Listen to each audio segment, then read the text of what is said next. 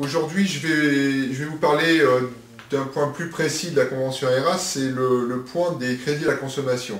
Je vous ai déjà parlé un petit peu des généralités de la convention ERAS, à qui elle s'appliquait. Il y a une disposition dans la convention ERAS qui prévoit qu'en termes du crédit à la consommation, alors uniquement dans le cas des crédits qui sont affectés à un achat bien précis avec un justificatif, hein, pas des crédits prêts personnels en général, mais uniquement des achats affectés. Eh bien, pour les gens qui auraient un risque aggravé de santé, il y a des dispositions. Alors, quelles sont-elles?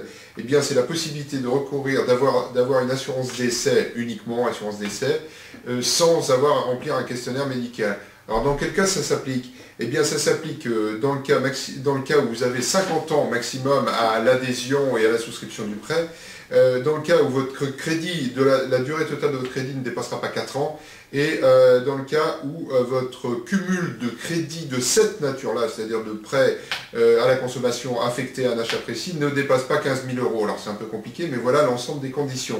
Donc, si vous entrez dans cette catégorie-là, vous pourrez avoir, en le demandant bien évidemment, à votre banque, une assurance décès sans remplir de questionnaire de santé. Alors, ça ne s'applique, attention, ça ne s'applique pas dans les autres cas.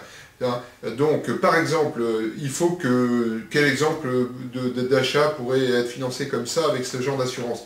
L'achat d'une voiture, par exemple. Vous achetez une voiture, vous avez un justificatif, vous avez une facture, vous avez un bon de commande, vous avez une facture.